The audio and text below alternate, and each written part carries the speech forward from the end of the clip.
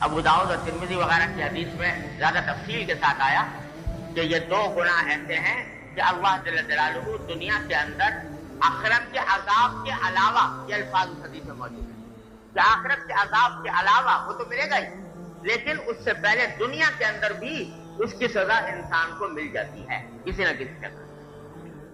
ایک گناہ ہے بغی، بغی کے معنی ظلم، کسی بھی انسان پر ظلم کرنا۔ یہ ایسا گناہ ہے کہ اللہ تبارک و تعالیٰ اس کی سزا آخرت میں بھی دیتے ہیں اور دنیا کے اندر بھی عطا فرما دیتے ہیں۔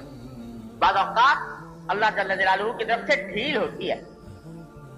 خود قرآن کریم میں فرمایا کہ سنستدرجهم من حيث لا يعلمون واملي لهم ان كيدي متين، کہ ہم بعض اوقات ڈھیل دیتے ہیں لوگوں کو۔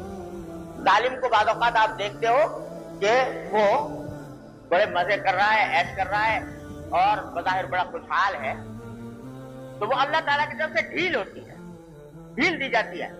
لیکن فرمایا کہ اتنا قیدی متین، بالآخر یہ انجام ہوتا ہے کہ دنیا ہی کے اندر کسی نہ کسی وقت وہ شخص پکڑا جاتا ہے اور کسی بھی طریقے سے پکڑ لیا جاتا ہے۔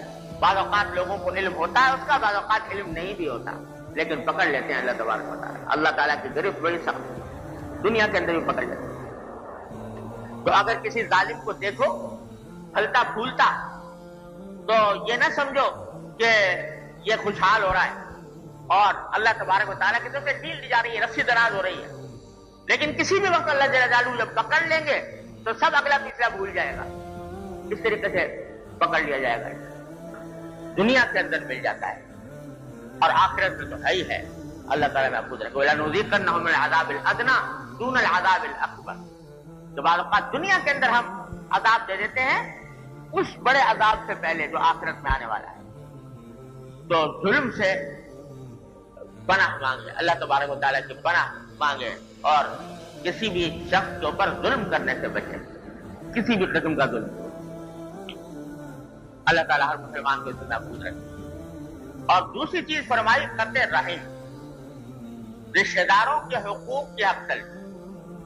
اللہ جل جلالہ نے رشتہ داروں کے بڑے حقوق رکھے ہیں، وَإِيتَاءِ ذِي الْقُرْبَىٰ، جتنے رشتہ دار ہیں ان کے حقوق رکھے ہیں ہر انسان کے ذمہ۔ تو اگر کوئی شخص ان کی رشتہ داروں کے حقوق کو پامال کرے، کسی بھی طرح پامال کرے، جو اللہ تعالیٰ نے حقوق رکھے ہیں ان کو وہ نہ دے، والدین کا حق ہے، بہن بھائیوں کا حق ہے، اولاد کا حق ہے، بیوی بچوں کا حق ہے اور رشتہ داروں کا حق ہے، جو حقوق بھی ہیں وہ اگر کوئی شخص نہ دے اور قطع تعلق کر لے، اپنے رشتہ دار سے ناجائز طور پر قطع تعلق کر لیا، اس سے ملتا نہیں ہے، اس سے سلام کرام نہیں کرتا، اس سے بات چیت بند ہے، یہ سب قطع رحمی میں داخل ہے۔